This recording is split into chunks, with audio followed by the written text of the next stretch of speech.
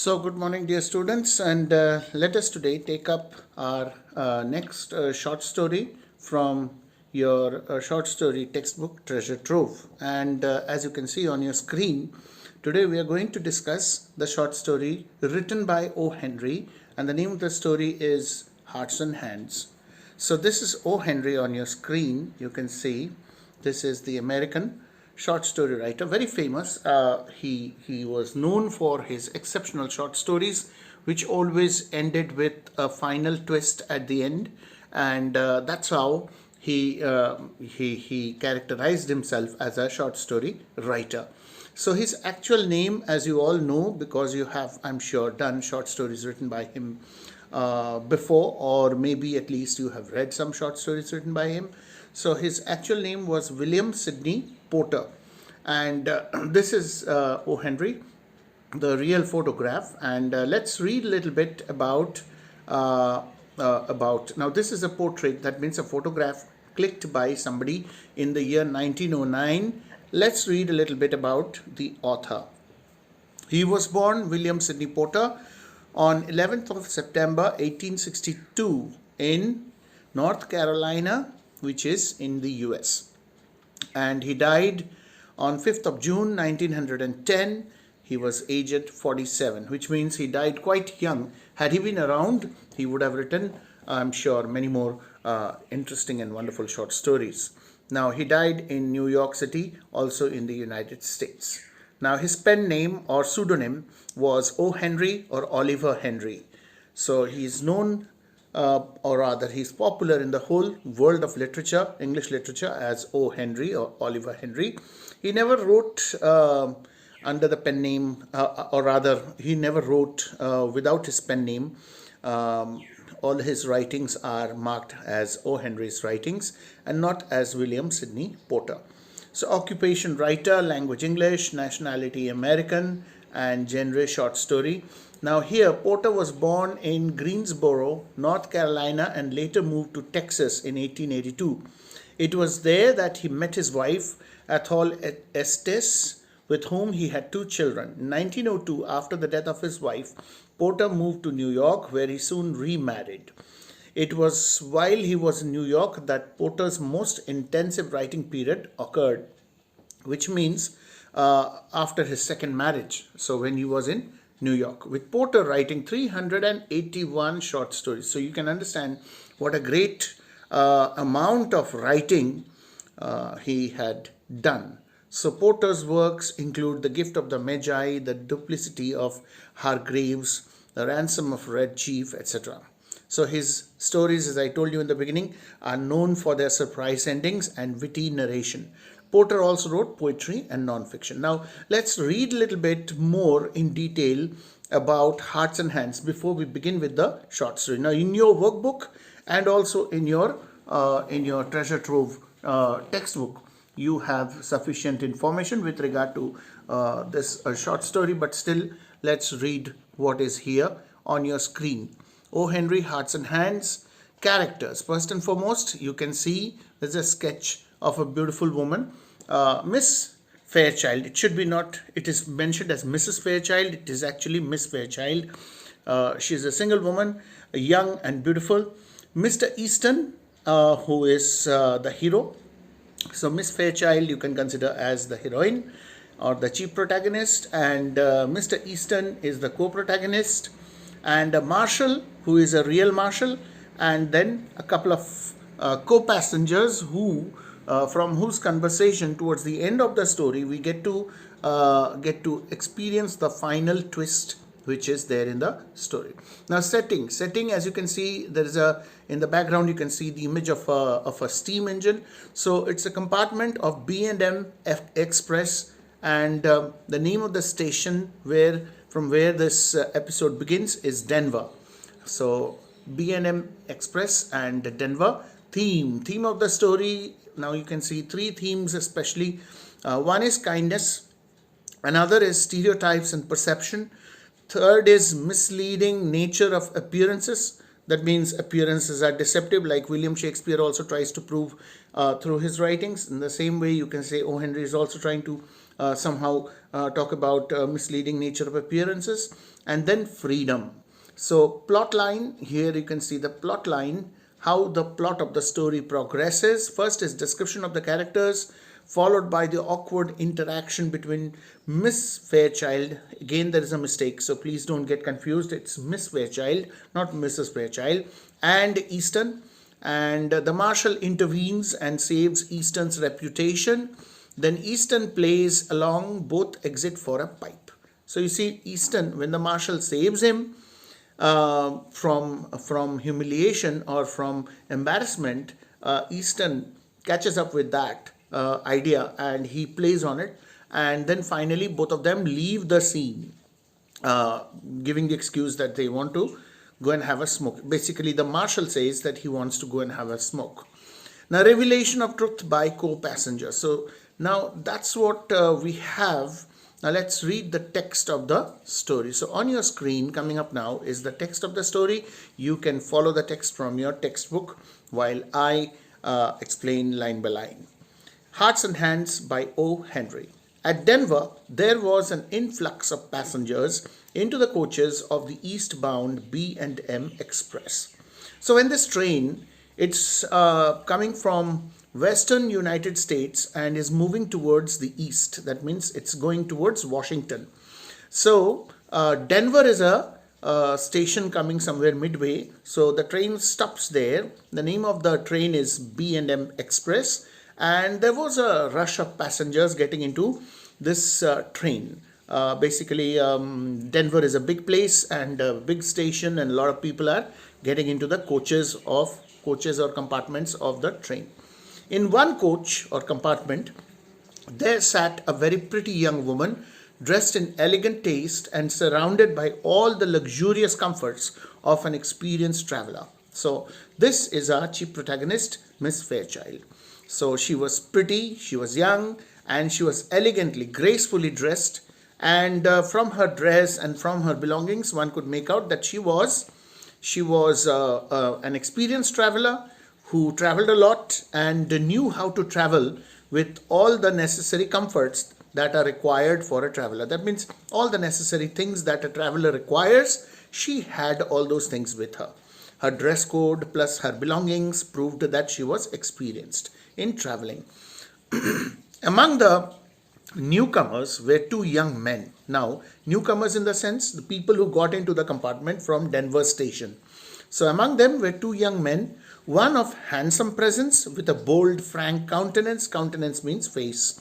So of them, one was a young fellow with a very bold and frank looking expression and manner on his face. The other, a ruffled, glum-faced person, heavily built and roughly dressed. The two were handcuffed together. So their hands were connected by means of handcuffs. So these two men, both were young, but then the second one looked glum-faced. That means very serious kind of expression on his face. So these two men entered the compartment and they were not able to move away from each other because their hands were tied or handcuffed with each other. So they were looking for a seat. Now this compartment is packed to capacity and there aren't very many free spaces or seats available. So as they passed down the aisle of the coach, aisle means the passage in the middle. You have seats on either side and in the middle you have the passage through which you can walk up and down the compartment. So as they walked down the aisle of the coach, the only vacant seat offered was a reversed one facing the attractive young woman. So the only seat which was available was the one which was situated directly opposite to this young woman whom we have met earlier. Here the linked couple seated themselves. Linked couple in the sense because they were handcuffed together. So the two of them take up their seat just opposite to this young, beautiful, pretty woman. The young woman's glance fell upon them with a distant, swift disinterest. So she just casually glanced at them, looked at them, not interested, just casually, just another set of passengers. That's the way she looked at them. But then, when her eyes fell on one of these two young men, she recognized him. So let's see what happens. Then, with a lovely smile brightening her countenance, she recognized one of the two men, and so her face became bright, and she smiled. Her countenance brightened up with a happy smile, and a tender pink tinged her rounded cheeks. So there was some amount of blushing also on her cheeks when she saw one of the two men. So it's understandable that she had in the past known this person, and since she was a pretty young woman, and since he was a handsome and good looking young man, they must have had some kind of relationship earlier. So this is the expression of recognizing somebody whom you like. So this is how her cheeks were tinged with tender pink. That means blood flowed into her cheeks because she was blushing to see him. She held out a little grey gloved hand. Now she was wearing gloves in her hand, and she held out her hand, grey gloved hand. When she spoke, her voice, full, sweet, and deliberate, proclaimed that its owner was accustomed to speak and be heard.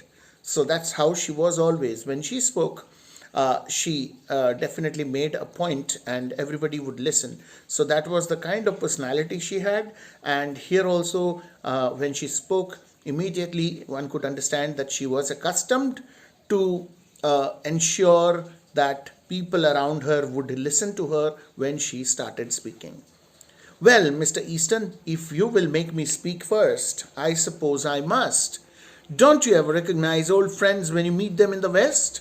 So this is how she begins. Well, Mr. Easton, so we know that this young man to whom she is speaking, his name is Easton. So, well, Mr. Easton, if you have to make a young lady speak first, now according to Western etiquette or culture, if a man and a woman happen to know each other and they happen to meet after a long time, even if the woman can speak first, it is the duty of the man to speak out first, because that is what is considered to be gentlemanly behavior.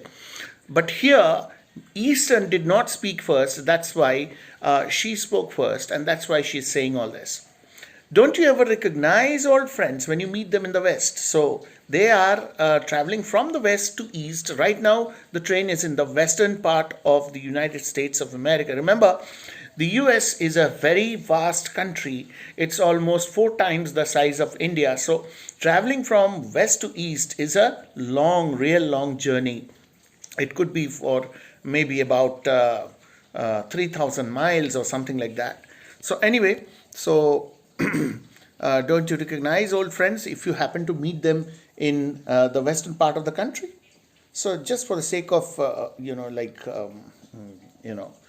making conversation, she is saying all this. The younger man roused himself sharply at the sound of her voice, seemed to struggle with a slight embarrassment, which he threw off instantly, and then clasped her fingers with his left hand. So, young man, he held her hand and shook her hand with his left hand. Now, mind it, he is using his left hand, not his right hand. It's Miss Fairchild, he said with a smile. So do you see that? Miss Fairchild, not Mrs. Fairchild. So there it was given wrong. So that's what I was telling you. It's Miss Fairchild, he said with a smile. I'll ask you to excuse the other hand. It's otherwise engaged just at present. So please excuse my other hand because it is engaged at the moment. Engaged in the sense, what he hints to say or means to say is that his right hand is handcuffed. So this is actually where the reader should note that his right hand is handcuffed and his left hand is free. So it has some amount of significance, which evidently which will become evident, or rather which will reveal a lot at the end of the story. So he slightly raised his right hand, bound at the wrist by the shining bracelet. And what is the bracelet? Nothing but the handcuff to the left one of his companion. So his right hand, his right wrist was handcuffed to the left hand of his companion, the other man who was with him. The glad look in the girl's eyes slowly changed to a bewildered horror. So she was horrified when she noticed that his hand was handcuffed. Being a woman, she has this, typical woman-like fear that she was face to face with somebody who was under arrest. And under arrest implies he's a criminal or he must have done something. So, and then knowing a criminal publicly, so she could also get into trouble. So maybe she's thinking so many things all the time, at the same time, that is.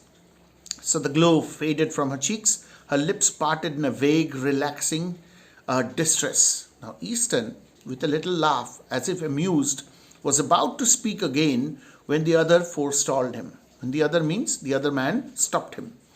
The glum-faced man had been watching the girl's countenance, had been watching the girl's face, with veiled glances from his keen, shrewd eyes. So his eyes were very sharp and very cunning. He had a cunning and sharp look in his eyes. And he was watching the girl, and now he speaks up. He doesn't let Mr. Easton speak. He speaks in between. And what does he say? Let's see. You'll excuse me for speaking, miss, but I see you are acquainted with the marshal here. If you will ask him to speak a word for me when we get to the pen, he'll do it, and it'll make things easier for me there. So this man says, it seems, young lady, you know this marshal. Marshal means a police officer. So I guess you know this police officer, and if you could please tell him to say a few good things about me when we reach the pen. Pen means prison. Then I am sure it will help me a lot. He's taking me to the prison, and since you know him, it's my request to you to tell him to say a few good things about me, so that when I reach the prison, I get a proper or some kind of relaxation or some kind of proper treatment if he speaks in favor of me being an officer. So it will make things easier for me there. He's taking me to Leavenworth prison. It's 7 years for counterfeiting. So he's taking me to the prison. And what's the name of the prison? Leavenworth prison. That's the name of the prison or the jail. And I have to go and be in jail for 7 years because I have been sentenced to 7 years of imprisonment because I have been counterfeiting. Counterfeiting means duplicating or copying. That means he must have done some kind of forgery. He must have forged some signature or something like that, and he must have been caught in the act of doing this kind of crime. And so he was tried in a court, and now he has been sentenced to 7 years imprisonment. And in those days, prisoners were very often, if it was a long distance journey, very often taken to prison by public transport, and so that he couldn't run away. That's why his hand was handcuffed. So that is what this glum-faced man requests Miss Fairchild. Oh, said the girl with a deep breath and returning color. When she heard this from this glum-faced man, she was once again, the color returned in her cheeks and she felt once again normal. So that is what you are doing out here, a marshal. So she thinks that because this glum-faced man has said so, she thinks that Mr. Easton has become a marshal or a police officer. So that's what you're doing here. You have become a police officer. My dear Miss Fairchild, said Easton calmly, I had to do something. Yes, my dear Miss Fairchild. Now see, Easton is playing on what has been said by the glum-faced man. He continues with the lie. Actually, this is a lie. He is the prisoner and the glum-faced man is the marshal. But here he plays on. So he says, I had to do something. That means life had to go on, so I had to do something, some job or the other. Money has a way of taking wings unto itself. And you know, it takes money to keep step with our crowd in Washington. So basically it is understood now that they both are from Washington. This girl as well as this young man, Mr. Easton. So money does not stay with you. It keeps on going away from your hands. It takes wings and flies away. So it's very difficult to hold back to money. And in order to cope up with the social status or the society in which you live, you have to have sufficient money. So I had to do something, so I took up this job. This is what he means.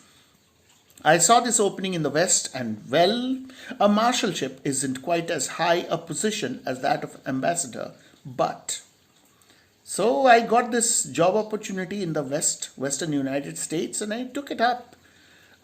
Took up this opportunity because Washington, remember, Washington is in the eastern United States, and now the train is in Denver, which is in the western United States, and it is here that Miss Fairchild meets Mr. Easton after maybe a couple of years or something like that, and now she's under the impression that he has taken up his job as a marshal or a police officer here in the western part of the country, and he has therefore not been seen in Washington for a long time. So he says that anyway, the job of a marshal is not as good as that of an ambassador. Ambassador means a foreign ambassador, a kind of minister who represents the country in a foreign country. So my job is not that high paying as that of an ambassador. The ambassador, said the girl warmly, doesn't call anymore. So now we can guess that Mr. Easton was interested in Miss Fairchild when they were both living in Washington, and then Miss Fairchild started seeing, or rather, an ambassador started seeing her. So she became interested in this other man, and because of his position, because he was such a well placed man and a moneyed man, and Mr. Easton probably did not have a job at that time. So he left Washington, he moved to Western United States, and well, that's how they were separated, and they hadn't seen each other for a long time. So that is what Easton is trying to hint at, that my job, even if I'm a marshal, is not as good as that of an ambassador. So Miss Fairchild declares that she is no longer having any relationship with the ambassador. So that is what she's saying here. The ambassador, said the girl warmly, doesn't call anymore. He needn't even have done so. You ought to know that. And so now you are one of these dashing Western heroes, and you ride and shoot and go into all kinds of dangers. That's different from the Washington life. You have missed. You have been missed from the old crowd. So the ambassador, I don't have any relation with the ambassador anymore. He doesn't come to me. I don't go for a date with him anymore. She's saying very warmly, which means that I'm interested in you. Why don't you come back into my life once again? And let's have the flirtatious relationship which we have been having. So this is what she's hinting at, though directly she's not saying it. And then she says that, so you have become a dashing hero, like they see, like they show in Western movies, riding horses and catching criminals, shooting. So you are a Western hero now. Well, this life of yours must be different from the life in Washington. But then please remember that you are missed in Washington. The old crowd, that means all the old friends and acquaintances, they miss you there in Washington. Well, she is referring to the old crowd, but actually what she means to say is that I'm missing you. But remember, she is not very serious in maintaining relationships. She's just flirting. So that is what Miss Fairchild is all about. The girl's eyes, fascinated, went back, widening a little to rest upon the glittering handcuffs. So, don't you worry about them, miss, said the other man. All marshals handcuff themselves to their prisoners to keep them from getting away. Mr. Easton knows his business. So, don't worry about the handcuffs. That's the way criminals are taken to the prison. All marshals, all officers, they handcuff themselves to their prisoners so that the prisoners cannot escape. And Mr. Easton knows his business. So, last he adds that Mr. Easton, meaning he is the marshal, he knows what he has to do. So, he has handcuffed himself with me. Will we see you again soon in Washington? Asked the girl. Not soon, I think, said Easton. My butterfly days are over, I fear. Well, my days of flirting around with girls and enjoying life, butterfly days, are over, I fear. So he makes an excuse. You won't be able to see me soon. The real fact is that he is going to prison for 7 years. So how will she see him soon in Washington? She's thinking that he's the marshal, but he's not the marshal. He's the prisoner. I love the West, said the girl irrelevantly. Okay, so if you are not coming to the East, then let me tell you, I love the West, which means I'm ready to stay here if necessary, if you are not coming there. So, this is what she's hinting at. Her eyes were shining softly. She looked away out the car window. Car window, in the sense, the car means the coach or the compartment. So, as she spoke, she looked out of the window. She began to speak truly and simply without the gloss of style and manner. Mama and I spent the summer in Denver. She went home a week ago because father was slightly ill. I could live and be happy in the West. I think the air here agrees with me. The weather, the climate. Denver is a good place. I can continue to stay here. She is indirectly meaning to say that if you marry me and if we settle down here, I won't mind it. I would really like to stay here or have an affair with you. So Denver is good for me. My mother went back because my father was ill. I'm traveling alone. Money isn't everything, but people always misunderstand things and remain stupid. So she means to say that money is not everything. In other words, what she means to say is that you ran after money thinking that I was interested in the ambassador because he had a high paid job. So you left me and you came here all the way to the West searching for a job and became a marshal.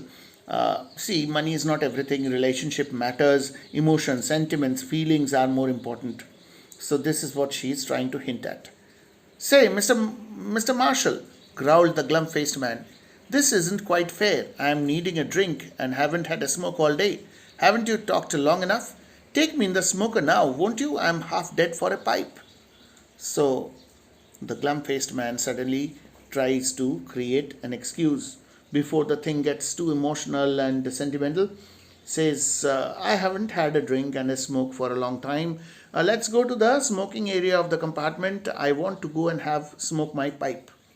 The bound travellers rose to their feet, Easton with the same slow smile on his face. I can't deny a petition for tobacco, he said lightly. It's the one friend of the unfortunate. Goodbye, Miss Fairchild. Duty calls, he held out his hand for a farewell. So I cannot deny somebody asking to go and have a smoke, because one who is lonely, one who is unfortunate, for him there is no other option but to smoke. So goodbye to you, Miss Fairchild. It's the call of duty. I need to go. So he reaches out to her with his hand once again.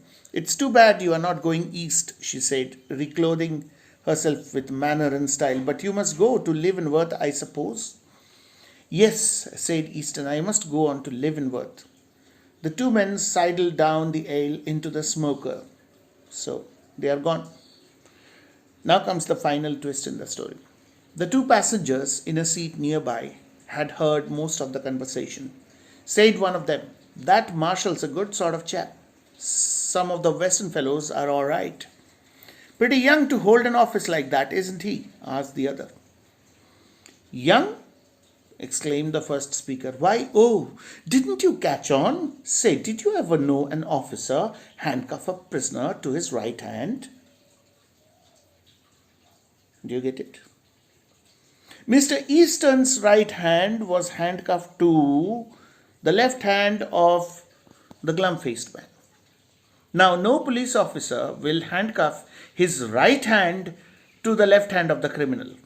Why? Because if the criminal tries to escape or does something untoward, the officer would not want his active hand, his right hand, to be in handcuffs, because with his left hand he won't be able to do much. For a right-handed person, the right hand is the most active hand. So, now you can guess who the real marshal was. It was not Mr. Easton, because his right hand was handcuffed to the left hand of the glum-faced man. So the glum-faced man was the actual marshal, whereas Mr. Easton was actually the criminal who was being taken to Leavenworth prison to serve a sentence for 7 years for counterfeiting, which comes out at the end from the conversation of these two co-passengers traveling in the same compartment of the train.